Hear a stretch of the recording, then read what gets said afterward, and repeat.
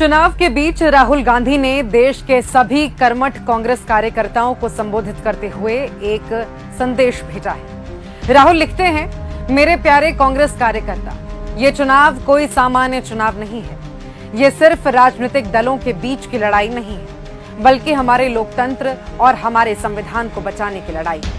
एक तरफ प्रेम और न्याय की कांग्रेस की विचारधारा है, तो दूसरी तरफ मोदी सरकार, भाजपा और आरएसएस की भय, नफरत और विभाजन की विचारधारा है। इस लड़ाई में कांग्रेस पार्टी की सबसे बड़ी ताकत आप जैसे उसके निष्ठावान कार्यकर्ता हैं। आप उग्र और निडर हैं, क्योंकि कांग्रेस की विचारधारा आपके दिलों में, आपके विचारों और आपके कार्यों में है। आप पार्टी की रीढ़ हैं और हम आपके बिना नहीं जीत सकते।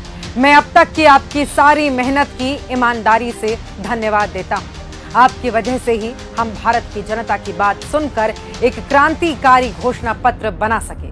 हमने चुनाव के पहले 2 चरणों में अच्छा संघर्ष किया है। हम भाजपा के झूठ और ध्यान भटकाने वाले कार्यों का विरोध करने और उन्हें हमें जवाब देने के लिए मजबूर करने में सक्षम हैं। अब 1 और महीने की कड़ी मेहनत का समय है, ये सुनिश्चित करने का कि हमारी गारंटी हर भारतीय तक पहुंचे और ये सुनिश्चित करने का कि हर कोई वोट देने के लिए निकले।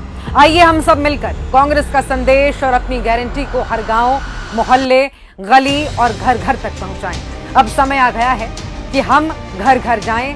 हमें हर युवा, महिला, मजदूर, किसान और वंचित परिवार तक पहुंचना होगा।